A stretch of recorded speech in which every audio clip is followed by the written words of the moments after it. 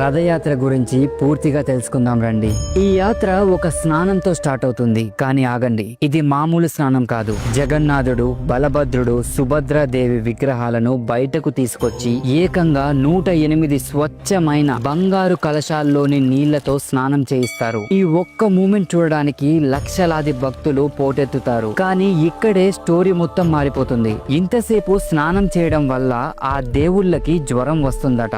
Yes, మీరు విన్నది అక్షరాల నిజం. దేవుళ్ళు జబ్బు పడతారు. వెంటనే వాళ్ళను అనాసరా ఘర్ అనే ఒక సీక్రెట్ రూమ్ లోకి పంపి 15 రోజుల పాటు కంప్లీట్ క్వారంటైన్ లోకి పంపిస్తారు. ఈ 15 రోజులు గుడిలో ఒక్క పూజ జరగదు, ఒక్క గంట కూడా మోగదు, ఎవరికి దర్శనం ఉండదు. కంప్లీట్ షట్ డౌన్ అన్నమాట. ఈ సీక్రెట్ ఐసోలేషన్ లో దైతపతులు అనే స్పెషల్ సేవకులు మాత్రమే లోపలికి వెళ్ళగలరు. వీళ్ళు జగన్నాథుని రక్త సంబంధీకుల వంటి వారు. వాళ్ళు పండ్ల రసాలు అలాగే హెర్బల్ డ్రింక్స్ తో దేవుడికి ట్రీట్మెంట్ ఇస్తారు. వినడానికి చూడడానికి నమ్మశక్యంగా లేకపోయినా ఇదే నిజం. 15 రోజుల ట్రీట్మెంట్ తర్వాత స్వామి ఫుల్ గా రికవర్ అయ్యి సరికొత్త ఎనర్జీతో బయటకు వస్తారు. దీన్నే నవయవ్వన దర్శనం అంటారు. ఇది ఒక ఎపిక్ కంబ్యాక్.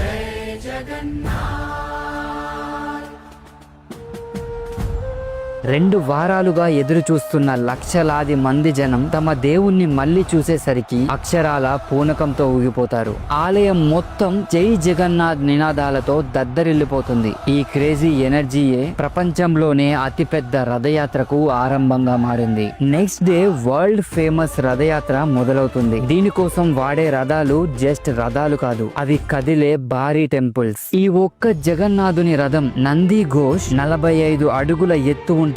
అంటే దాదాపు 4 అంతస్తుల బిల్డింగ్ అంతా. దానికి 16 భారీ చక్రాలు ఉంటాయి. ఆసమ్ కదా. కానీ ఈ జైంట్ రథాలు ఒక్క అంగుళం కదలడానికి ముందు నమ్మశక్యం కాని ఒక సంఘటన జరుగుతుంది. సాక్షాత్తు ఆ ప్రాంతపు రాజే బంగారు చీపురు పట్టుకొని రథాల ముందు ఊడుస్తాడు.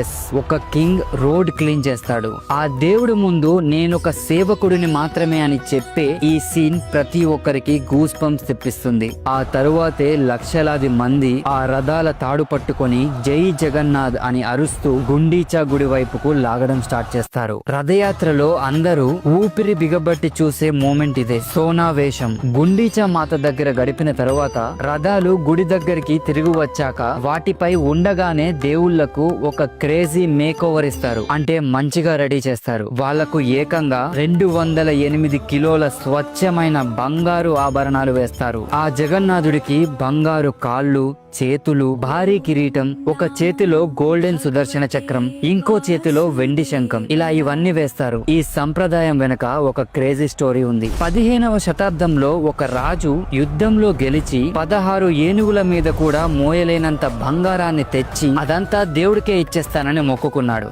అండ్ అలాగే చేశాడు. రథాలపై బంగారంతో తలతలా మెరిసిపోతున్న దేవుళ్లను చూస్తే ఎవరికైనా మాటలు రావు. ఈ ఫెస్టివల్ లో ఒక డివైన్ డ్రామా కూడా ఉంది. యాత్ర మొదలైన 5వ రోజే లక్ష్మీదేవికి తన భర్త జగన్నాథుడి మీద పిచ్చ కోపం వస్తుంది. నన్ను వదిలేసి యాత్రకు వెళ్తావా అని అలిగి ఆమె నేరుగా గుండీచా గుడికి వెళ్లి జగన్నాథుని రథం నుంచి ఒక చెక్క ముక్కను విరగ్గొట్టి తన ప్రతీకారం తీర్చుకుంటుంది. ఎంత బాగుందో కదా. ఈ యాత్ర ముగింపైతే ఇంకా ఫన్నీగా ఉంటుంది. జగన్నాథుడు గుడిలోకి తిరిగి వస్తుంటే లక్ష్మీదేవి ఆయన ముఖం మీదే తలుపులు మూసేస్తుంది. ఎస్, దేవుణ్ణి బయటే నిలబెడుతుంది. అప్పుడు జగన్నాథుడు తన భార్య కోపం తగ్గించడానికి ఆమెకు ఫేవరెట్ ఫుడ్ అయిన రసగుల్లాలను గిఫ్ట్ గా ఇస్తాడు. ఆ స్వీట్ గిఫ్ట్ చూసి కూల్ అయిపోతుంది లక్ష్మీదేవి. అప్పుడే డోర్స్ ఓపెన్ చేస్తుంది. దేవుళ్ళ మధ్య కూడా ఈ సరదా గొడవలు ఉంటాయన్నమాట.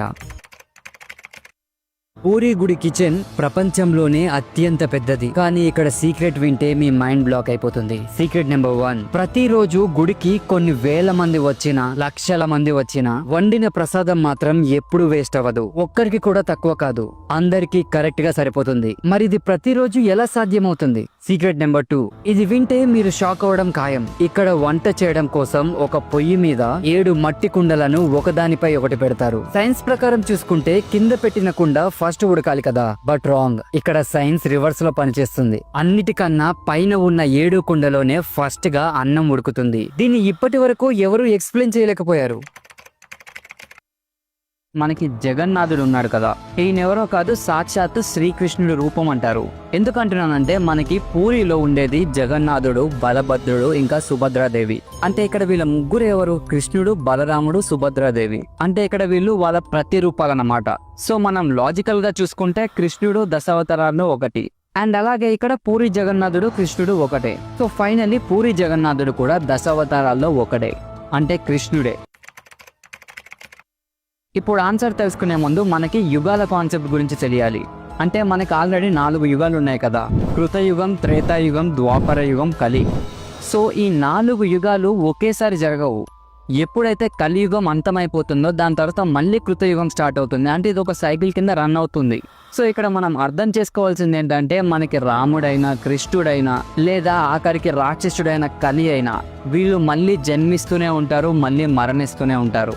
కాబట్టి మనం ఈ పూరి జగన్నాథుడు గుడి విషయానికి వస్తే ఇది కృతయుగం నాటి నుండే ఉందని చెప్తారు. అంటే ద్వాపర యుగం కంటే ముందు నుంచే ఉందని. కాకపోతే మనం ఏమనుకున్నాం, ఇందులో ఉండేది కృష్ణుడు, బలరాముడు, సుభద్రాదేవి అని. సో ఇప్పుడు ఈ కృష్ణుడు అవనియండి, బలరాముడు అవనియండి, సుభద్రాదేవి అవనియండి, వీళ్ళంతా దీనికంటే ముందు నుంచి ఉన్నవాళ్ళు, అంటే ముందు యుగాల్లో జన్మించిన వాళ్ళు అని. ఎందుకంటే మనకి సైకిల్ రిపీట్ అవుతూ ఉంటుంది కాబట్టి వీళ్ళు కూడా జన్మిస్తూ ఉంటారు, మరణిస్తూ ఉంటారు.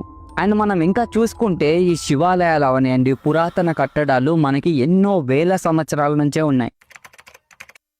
చూసారుగా, పూరి రథయాత్ర కేవలం ఒక పండుగ కాదు, ఇది ఈ భూమి మీద జరిగే అత్యంత ఎపిక్ ఈవెంట్స్ లో ఒకటి. జబ్బు పడే దేవుడు, సేవకుడిగా మారే ఒక రాజు, 200 కిలోల బంగారం, సైన్స్ కే ఛాలెంజ్ చేసే వంటగది, దేవుళ్ల మధ్య సరదాగా గొడవలు, ప్రతిదీ ఒక అద్భుతమే. ఇది మన సంప్రదాయాల్లోని గొప్పతనాన్ని ప్రపంచానికి చాటి చెప్పే ఒక ఇన్క్రెడిబుల్ సెలబ్రేషన్. నాకు మీ నుంచి ఒకటి తెలియాలి, ఈ మొత్తం స్టోరీలో మీ మైండ్ ని బ్లాక్ చేసిన విషయం ఏంటి? స్వామి 15 రోజుల పాటు మాయమవడమా, 200 కిలోల బంగారంతో మేకోవరా, లేక సైన్స్ కే అందని కిచెన్ సీక్రెటా? మీ ఆన్సర్ ఇప్పుడే కింద కామెంట్స్ లో చెప్పండి. అండ్ ఇలాంటి మరిన్ని మైండ్ బ్లోయింగ్ కాన్సెప్ట్స్ కోసం మన ఛానల్ ని సబ్స్క్రైబ్ చేయడం మర్చిపోకండి. జై జగన్నాథ్.